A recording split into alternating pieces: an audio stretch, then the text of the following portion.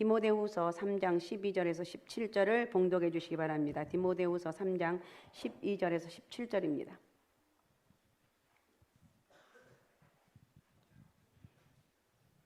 디모데후서 3장 12절에서 17절입니다. 무릇 그리스도 예수 안에서 경건하게 살고자 하는 자는 박해를 받으리라.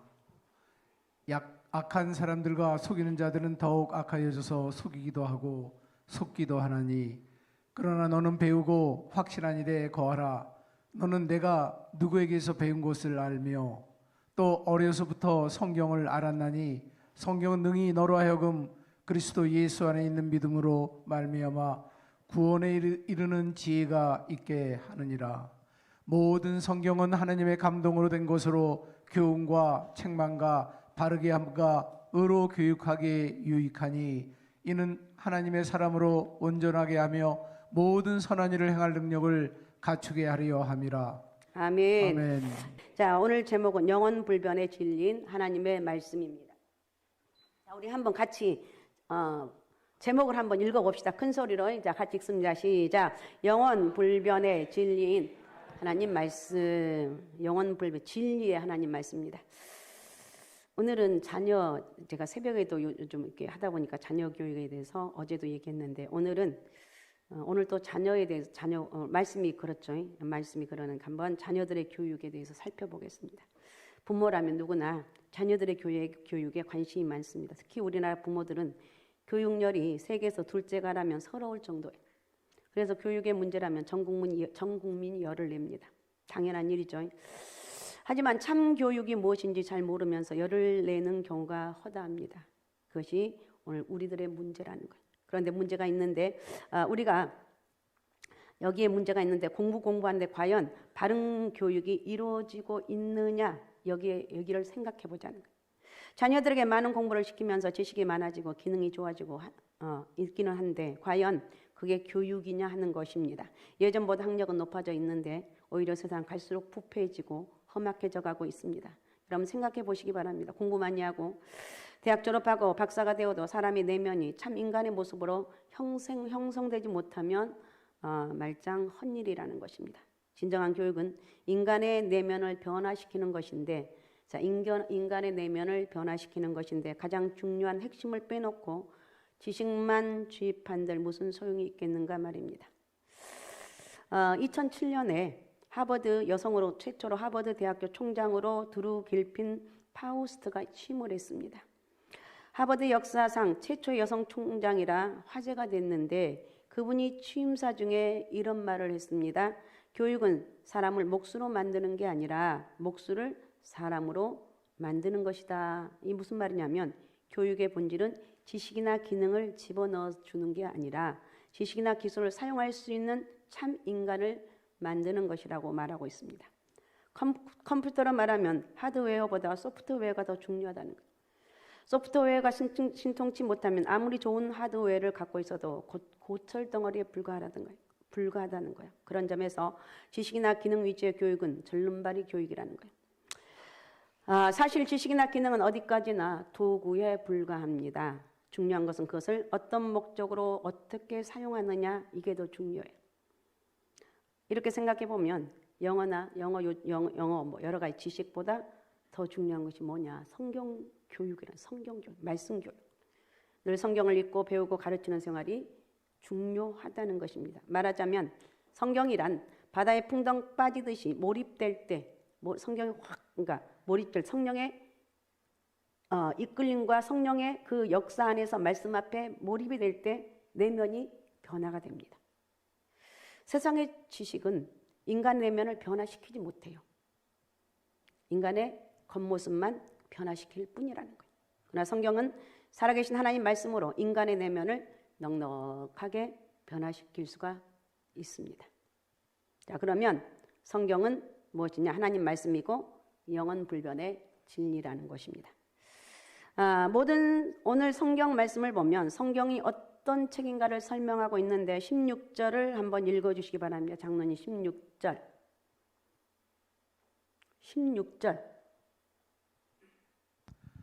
모든 성경은 하나님의 감동으로 된 것으로 교훈과 책망과 바르게 함과 의로 교육하기에 유익하니. 예, 여기서 하나님의 감동으로 되었다는 것은 하나님이 호흡을 불어넣었다는 거예요.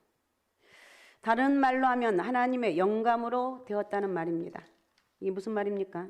성경을 기록할 인간 기록자가 자기 혼자 쓴 게 아니라는 거예요. 하나님이 성령으로 감동하셔서 간섭하셔서 모든 내용이 하나님의 뜻을 반영하고 있다는 거예요. 뿐만 아니라 성경을 읽을 때 하나님이 성령으로 우리에게 그 뜻을 가르쳐 주신다는 의미가 있습니다. 이를 가르쳐 성령의 조명이라고 부릅니다. 그런 점에서 성경은 오늘 우리에게 들려주시는 하나님의 말씀이다. 그죠? 성경은 하나님의 말씀입니다. 할렐루야. 성경은 하나님의 말씀. 또한 시간과 공간을 초월해서 우리에게 계시해 주시는 영원 불변의 진리가 성경 말씀이다. 실제로 성경 특징 몇 가지만 살펴봐도 하나님의 말씀이라는 사실을 실감하게 됩니다. 여러분 성경이 몇 권입니까? 오케이. 만 60개 주셨어요. 66권. 66권이 그러니까 66권이라고 되느냐. 그런데 성경이 그 66권이 한 권으로 묶어 있기 때문에 한 권이라고 말도 맞아요. 그래요, 안 그래요? 성경책은 하나입니다.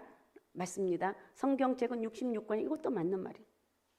그 하나하나가 일목요연하게 한 가지 주제를 말하고 있는데 그 주제가 바로 뭐냐? 예수 그리스도를 통한 구원과 삶이다. 성경이 어떻게 형성되었는지 알게 되면 66권이 일목요연하다는 사실이 얼마나 엄청나고 놀라운 일인지를 깨닫게 됩니다. 성경은 AD 1세기 그러니까 약 1600년 동안 기록된 책이에요. 책이 성경 이게 기록돼 우리는 정말 너무 많아서 요즘 옛날에는 성경이 진짜 귀했거든. 없었거든. 근데 이 책이 1600년 동안 기록자가 몇 명이라고 그랬습니까? 기억이 나십니까? 안 나시겠죠? 성경 기록한 사람은 40여 명. 40명. 그러니까 말하자면 모든 1600년 동안 40명이 성경을 기록했다는 거예요. 그러니까 말하자면 모든 기록자들이 한데 모여 편집 회의를 단 한 번도 할 수 없어서 그저 1600년 동안 어떻게 이게 편집이 됐냐고요. 더욱이 기록자들이 너무 달라요.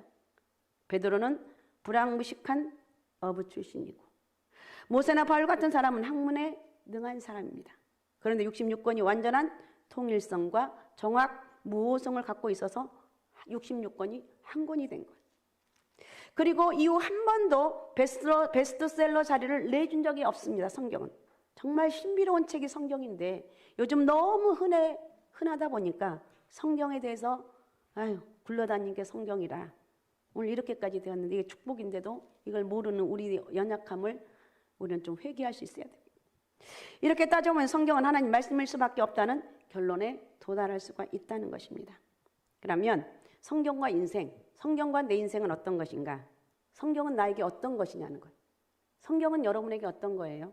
성경은 나에게 어떤 거냐? 내 인생의 매뉴얼이라는 거예요. 성경은 우리 인생에 있어서 너무나 중요한 책입니다. 한마디로 표현하면 인생의 매뉴얼, 즉 인생의 안내서라는 거예요. 흔히 성경 66권을 가리켜 성경 중에 뭐라고 그러죠? 정경이라고 그럽니다. 뭐라고요? 정경. 성경 66권은 모든 진리의 표준이란 뜻입니다. 우리가 인생을 살아가는 데 있어서 절대 기준인데 그런 점에서 성경이 인생의 매뉴얼이고 성공적인 인생의 안내서라고 말할 수가 있습니다.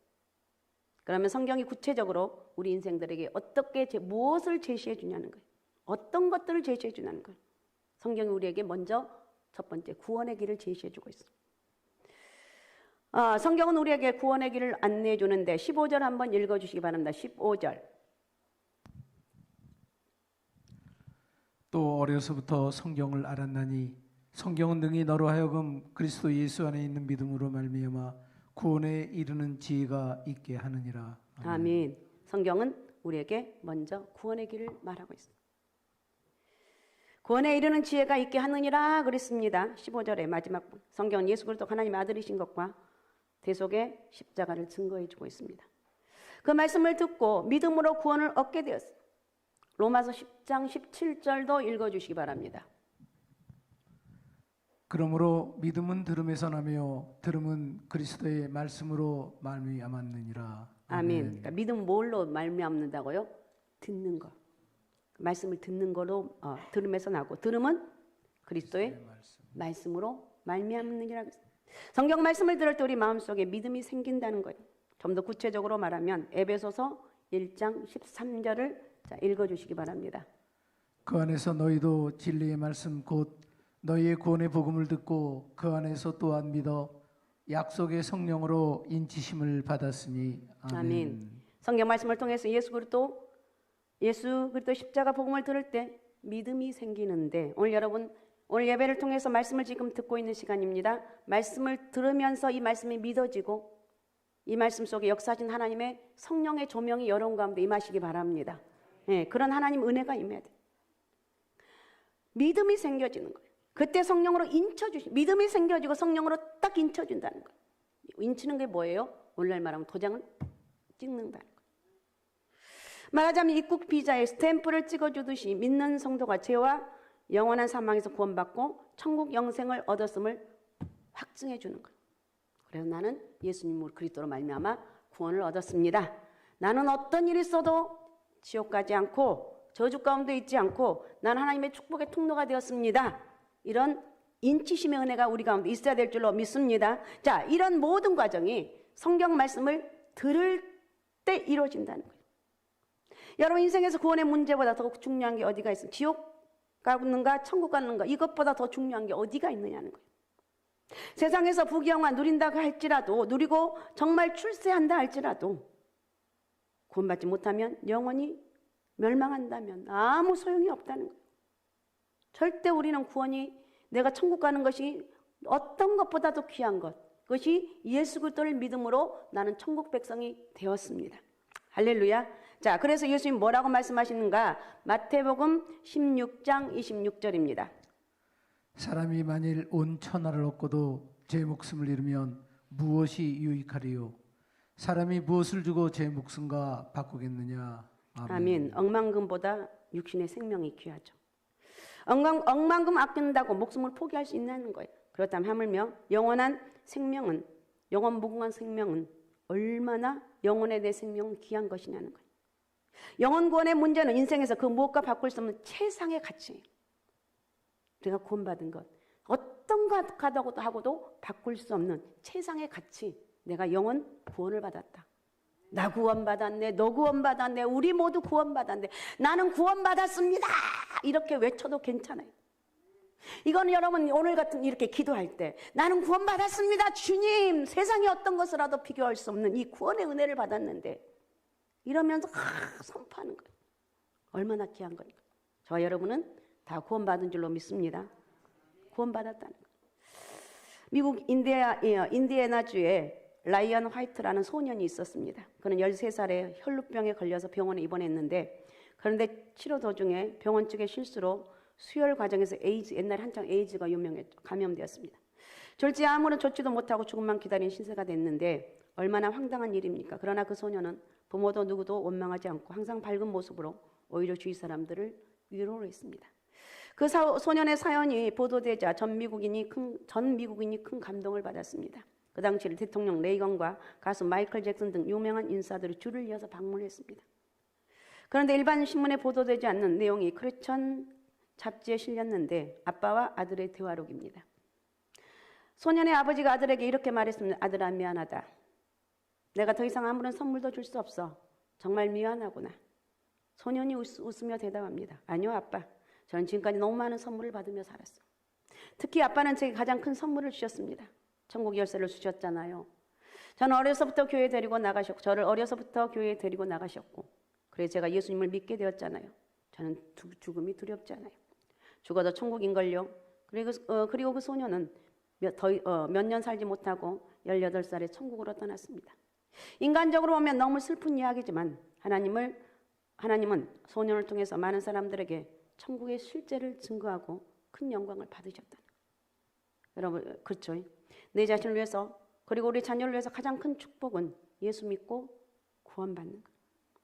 이보다 중요하고 시급한 게 과연 무엇이겠느냐는 거예요. 그런데 부모가 되어서 자녀를 사랑하면서도 무지몽매한 사람들이 얼마나 많은지 모릅니다. 성경을 가르쳐주지 않고 믿음의 사람들이 그래요. 가르쳐주지 않고 십자가 복음을 전해주지 않아서 자녀를 멸망길로 내몬다면 얼마나 어리석은 일이냐는 거예요. 심지어 자녀들이 교회 가는 거 뭐 때문에? 공부 때문에 방해한다면 얼마나 큰 죄를 짓는 거예요.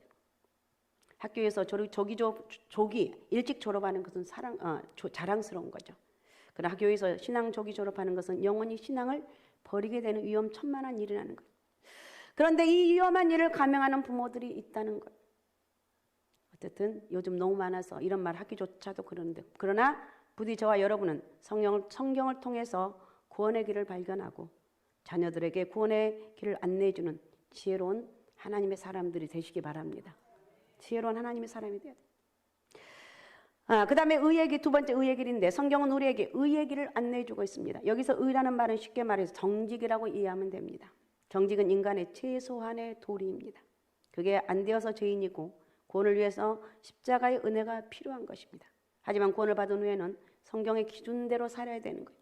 그게 성도들이 추구할 최소한 도리라는 거예요.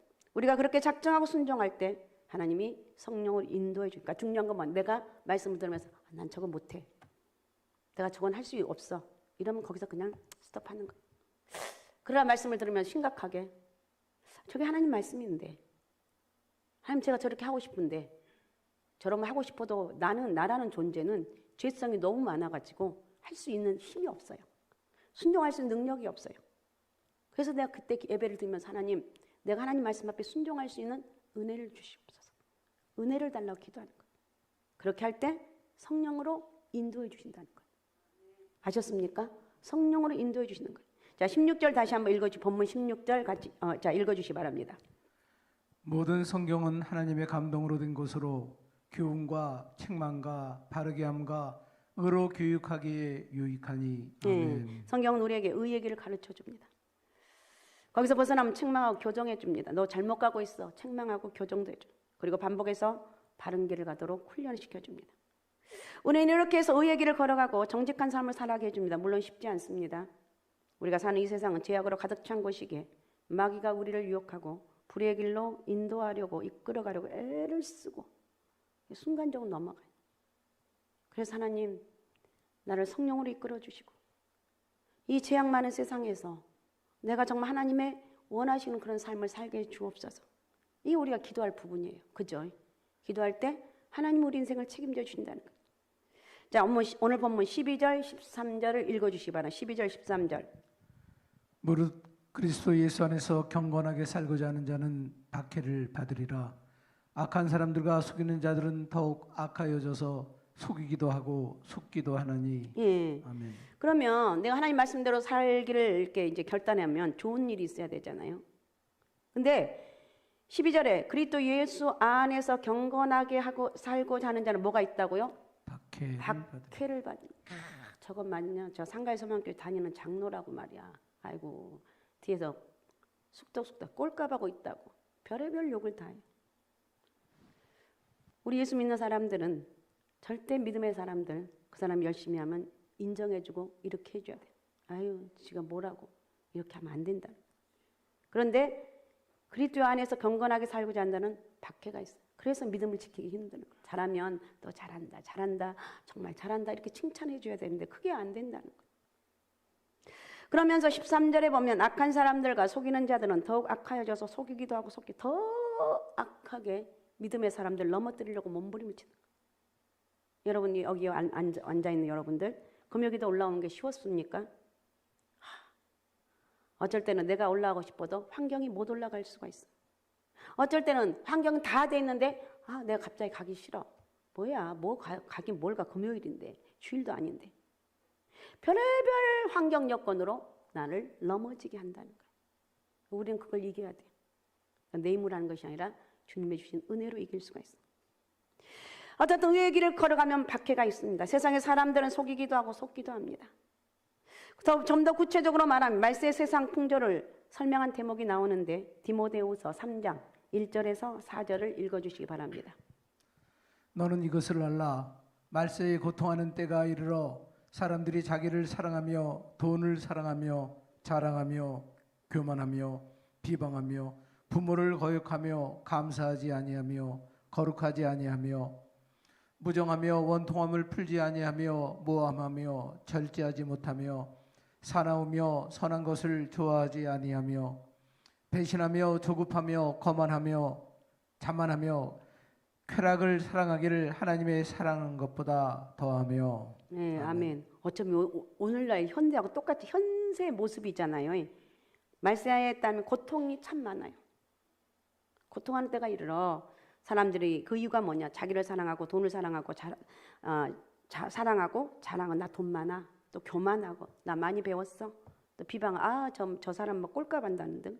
또 부모를 거역하고 감사하지 아니하고 거룩하지 아니하고 무정함이 원통함을 풀지 아니하고 모함하고 절제하지 못하며 사나우며 선한 걸 좋아하지 아니하며 배신하고 조급하며 자만하며 쾌락을 사랑하기를 하나님 사랑하는 것보다 더한다고. 한마디로 말하면 말세는 세상의 복마전 같이 된다는 거예요. 이런 복마전 속에서 어떻게 사는 게 지혜로운가? 대충 타협하고 세상 물결 치는 대로 휩쓸려 살면 될까요? 그게 성공적인 처세술인가? 아니라는 거예요. 그건 함께 망하는 길이에요. 하나님 인정하는 의의 길, 정직의 길을 따라가야 돼. 이게 뒤탈이 없어요. 결국은 망한 것 같은데 나중에 보면 그 사람이 성공하는 인생을 살아가고 있다는 거예요. 성공하는 세상을 살고 있더란 말입니다. 이거예요. 그러므로 우리는 어두운 세상에서 도덕적으로 타락하고 부패한 세상 속에서 더듬거리고 방황하는 게 아니라 하나님 말씀의 빛을 따라가야 되는 거예요. 그래야지 승리할 수가 있습니다. 할렐루야. 내 힘으로 능으로 사는 것이 아니라 저 사람 어떻게 저럴 수가 있어? 하나님 은혜라는 거예요. 누가 당신 말이야 왜 그렇게 그렇게 행복해 보이냐고, 왜 그렇게 옛날에 얼굴도 어두웠는데 지금 왜 그러냐고. 그러면 그렇습니까? 감사합니다. 하나님의 은혜입니다. 저는 예수 믿는 사람이거든요. 저는 상가의 소망교회를 다니거든요. 이러면서 좀 얘기하라는 거예요. 여러분 이런 사람들이 되시기 바랍니다. 자, 시편 119편 105절을 읽어주시기 바랍니다. 주의 말씀은 내 발의 등이요 내 길의 빛이나이다. 아멘. 주의 말씀은 내 발의 등이요 내 길의 빛입니다. 이렇게 살아가. 주의 말씀이 내 발의 빛이고 내 길의 빛이다는 거예요. 여러분 카터 전 대통령 지금 연세가 많이 아직 돌아가시진 않았어요. 며칠 전에 이렇게 신문 보니까 아직 돌아가시진 않았더라고요. JMC에는 인기가 없는 대통령이지만 그의 신앙과 도덕성으로 인해서 두고두고 성공적인 인생을 살아가고 있습니다. 그런데 그가 고상한 도덕성을 갖추게 된 계기가 있습니다. 5살 때 호기심으로 교회 헌금 주머니에 동전 하나를 훔쳤다고 합니다. 그날 아버지에게 죽도록 매를 맞았어. 반 죽었어. 싹싹 빌어서 아버지는 다시는 이런 일 안 하고, 아버지 제가 잘못했어. 이 일을 계기로 그는 평생 정직한 길을 걸어가던 사람이 됐습니다. 정치인으로 잠시 타협하면 거액을 얻을 수 있는 기회가 많았지만 단 한 번도 그러지 않았다고 그래요. 대단한 거죠. 그러니까 여러분 자녀들이 잘못했으면 단호하게 혼낼 줄도 알아야 돼요. 결국 이런 정직성으로 인생을 성공적으로 살아갈 수가 있게 되었다는 것입니다. 요즘 우리 부모들은 어쩐지 모르겠는데 과연 얼마나 정직의 교육을 철저히 시키고 있는지. 혹시 정직한 삶을 강조하기보다는 영어 단어 하나 더 외워라, 수학 점수 1점 더 올려라, 그게 오늘날 보통 말이에요. 이런 데 열중하고 있는 건 아닌지 깊이 생각하고 반성하고 회개해야 되고, 하나님 우리 자녀들 믿음으로 잘 양육하기 원합니다. 하나님 내가 말 한마디라도 너 믿음 생활 잘해라, 공부 열심히 해라, 그 말이 여기까지 나와 좀 누르고, 하나님 얘 아이가 믿음 생활 좀 잘하게 해주옵소서. 여러분 부디 우리 자신도 나도 자녀들도 말씀을 통해서 의의 길로 인도함을 받고 항상 정직한 삶을 살아갈 수 있는 영적인 은혜를 받으시기 바랍니다. 그래서 갈수록 하나님이 축복하는 인생이 되라는, 갈수록 하나님이 축복하죠. 갈수록. 그 다음에 세 번째 선의 길인데, 성경은 우리에게 선의 길을 안내해 줍니다. 여기서 선은 사랑으로 이해하시면 됩니다. 이것은 그리스도인으로 우리의 생이 추구할 최대한의 도리입니다. 무한히 실천하고 또 실천할 가치라는 거예요. 이렇게 살아갈 때 인생이 비로소 존귀한 인생, 영광스러운 인생이 된다는 것입니다. 자, 17절 한번 읽어주시기 바랍니다. 17절. 이는 하나님의 사람으로 온전하게 하며 모든 선한 일을 행할 능력을 갖추게 하려 함이라. 아멘. 이렇게 한 것은 하나님의 사람을 온전하게 하고 모든 선한 일을 행할 능력을 갖추게 합니다. 말씀 안에 거하게 되면 하나님 온전하게, 하나님의 사람을 온전하게 되고 선을 행할 능력을 갖추게 된다는 거예요. 성경은 우리에게 참 사랑을 가르쳐주고 더 나아가 사랑할 수 있는 능력을 부어주십니다. 사람이 무엇이 의로운지, 사람이 무엇이 사랑인지를 잘 알 수가 있다는 거예요. 잘 안 되는 이유가 무엇인가? 죄로 부패해져서 사랑의 능력을 상실했습니다. 그래서 사랑할 수도 없고 사랑의 길에서 늘 벗어나요. 지식은 그런 능력을 공급해주지 못한다는 거예요. 만약 그렇다면 벌써 세상이 좋아져도 수천 번 좋아졌겠죠. 오직 하나님 말씀인 성경만이 사랑의 길을 가르쳐주고 사랑의 능력을 공급해줍니다. 말씀 안에 믿음 안에 거하게 되면 사랑이 무언가를 깨닫게 되고 사랑의 능력을 나에게 허락해 주신다는 거예요. 이태리 조각가 미켈란젤로 이야기인데 그가 역사에 남는 위대한 예술가가 될 수 있었던 계기가 있었습니다. 14살 때 보톨로 지오바니의 문화상이 되려고 찾아갔는데 지오바니가 그의 대단한 재능을 보고 물었습니다. 너는 위대한 조각가가 되기 위해 무엇이 필요하다고 생각하느냐? 미켈란젤로가 대답합니다. 예, 재능과 기술을 꾸준히 닦아야 된다고 생각합니다. 그러자 지오바니가 정색을 하며 말했습니다. 그것만으로 안 된다. 무엇을 위해서 조각하는지 그 목적이 분명해야 된다. 그러면서 그를 데리고 두 군데 구경을 시켜줍니다. 하나는 술집 입구의 조각품이고 다른 하나는 교회당 앞에 조각품입니다. 둘 다 아름다운 조각품이지만 그 목적이 전혀 다르다는 교훈을 준 것입니다. 스승의 의도를 알아차린 미켈란젤로는 힘을 주어 대답합니다. 잘 알겠습니다. 이제 저는 3번이나 하나님 영광을 위해서 이제 저는 하나님 영광을 위해서 이제 저는 하나님 영광을 위해서 제 재능과 기술을 갈고 닦겠습니다. 이렇게 해서 그 유명한 미켈란젤로가 되었다는 거예요. 오늘 우리도 마찬가지. 인생에 선한 목적이 있어야 돼요. 선한 목적. 요즘 새벽에 하나님 사랑과 이웃 사랑에 대해서 살펴봤죠. 하나님 사랑과 이웃 사랑을 위해서 살아야 되는 거예요. 자녀들에게 그것을 가르쳐야 돼요. 너희가 공부하는 게 무엇을 위해 사는 것인지, 무엇을 위해서 돈을 벌고 출세하려고 하는지를 알려줘야 되는 거예요. 성경에 그 길이 나와 있다는 거예요. 그래서 우리 자녀들도 하나님의 영광을 빛내는 존귀한 인생이 되기를 바랍니다. 할렐루야. 그러니까 가슴속에 할 수 있는 하나님 영광을 위해 제가 뭘 하면 될까요? 저는 아무것도 없는데요. 그래도 기도하면 길이 열려져. 교회에서 내가 열심히 충성해야 되겠구나. 내가 열심히 안내하고 있는데 정말 열심히 안내를 정말 하나님 섬기는 모습으로 해야 되겠다. 내가 하나님의 교회를 청소하는데 그 청소할 때 내가 정말 하나님 섬기는 마음으로 해야 되겠다. 작은 것 하나에도 이렇게 정말 하나님의 영광을 빛내는 그런 삶이 될 수가 있다는 거예요. 자, 이렇게 살펴봤고 세 번째, 그러면 결론적으로 최선의 교육은 뭐냐? 최선의 교육.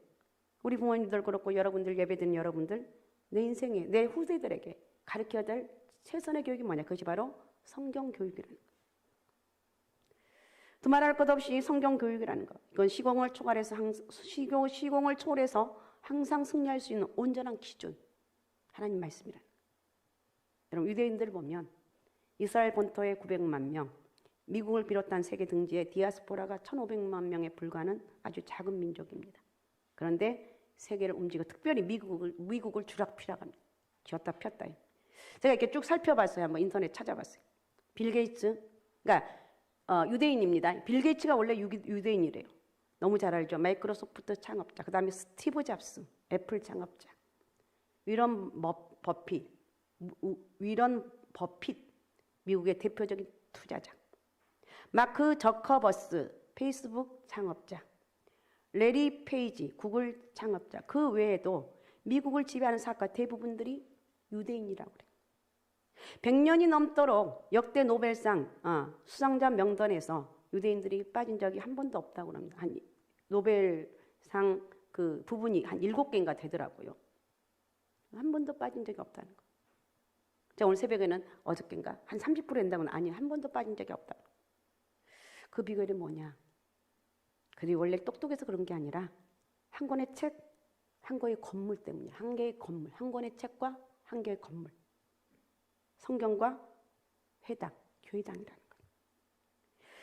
유대인들은 고대로부터 오늘날까지 수천 년 동안 계속 성경 교육을 하고 있습니다. 자, 신명기 6장 4절에서 9절을 자, 읽어주시기 바랍니다. 같이 한번 읽겠습니다. 신명기 6장. 자, 우리 장로님은 마이크 들고 읽으시고 우리 성도님 두 눈을 바짝 뜨고 큰 소리로 같이 읽습니다. 시작.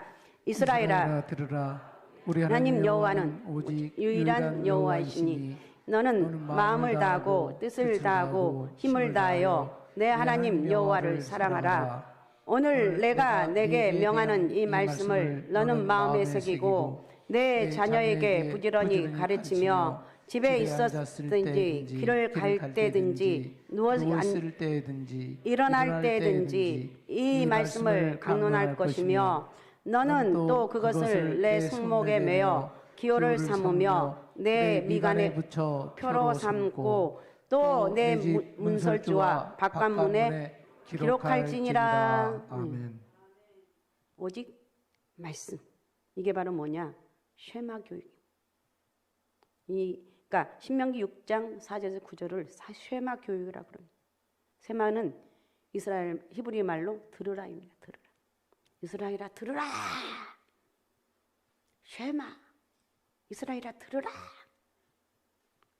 바로 쉐마 교육이 하나님 말씀이라는 거예요. 우리가 성경을 읽고 우리 자녀 성경에 정말 몰입할 때 얼마나 놀라운 일이 벌어지겠느냐는 거예요. 두말할 필요가 없다는 거예요. 여러분, 다시 한번 우리는 성경의 중요성을 재인식하고 성경을 늘 가까이 하시기 바라고 예배를 가까이 하시기 바라고 읽고 쓰고 공부하시고 지키시기를 바랍니다. 할렐루야. 그리고 자녀들에게 성경을 최고 유산으로 나는 너에게 전해줄 것이 없다. 내가 말씀을 너에게 유산으로 전해준다. 우리는 이 하나님 말씀을 내 인생의 최고의 것으로 오늘 삼아야 되고 이 성경을 내 자손들에게 후대들에게 전할 수 있는 자자손손 하나님 은혜가 함께하는 축복의 역사가 여러분을 통해서 이루어지시기 바랍니다. 할렐루야. 할 수 있죠? 우리는 예수 그리스도 은혜로 살고 말씀으로 살아가는 사람이라는 거예요. 그렇게 살아갈 때 하나님께서 여러분 구하지 않는 것까지도 주시던 하나님. 그 말씀을 여러분 이 말씀을 여러분 잊지 마시기 바라고 오직 예수 오직 믿음 오직 성령 충만으로 우리 자신도 복을 누리고 자자손손 하나님의 축복으로 승리하는 저와 여러분의 가정들이 되시기 바랍니다. 할렐루야. 그런 은혜와 축복이 있으시기 바랍니다.